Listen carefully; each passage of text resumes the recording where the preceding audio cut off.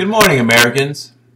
I happened to start my day reading CNN, and on their website I noticed that John Boehner abandoned Plan B.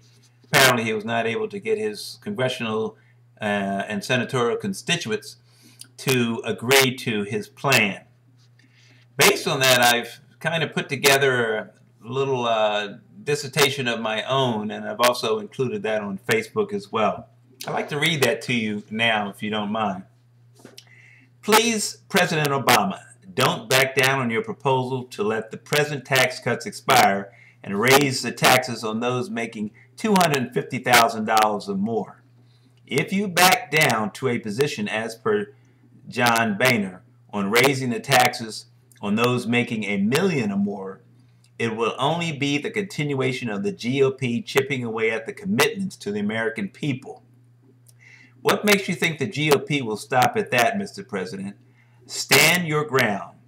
We are behind you 100%. You compromised more than I would like to have seen in your first term.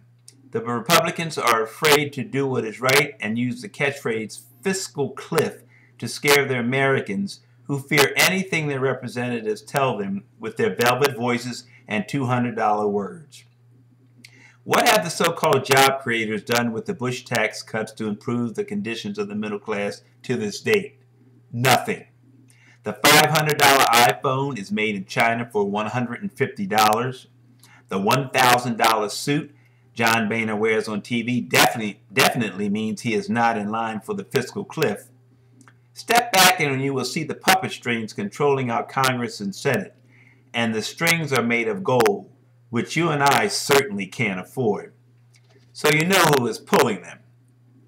I am more than willing to take the chances with the, excuse me, fiscal cliff than to lose the momentum we have created by electing President Obama, who promised us that he would get the revenue needed to make this country grow, renew our infrastructure, and level the playing field for entrepreneurship in this country. And I think that is my thought, and I think that is probably the thought of most people who are willing to make this leap and bring our country back to where it belongs. I appreciate that. My name is Will Dooley, and thank you for listening.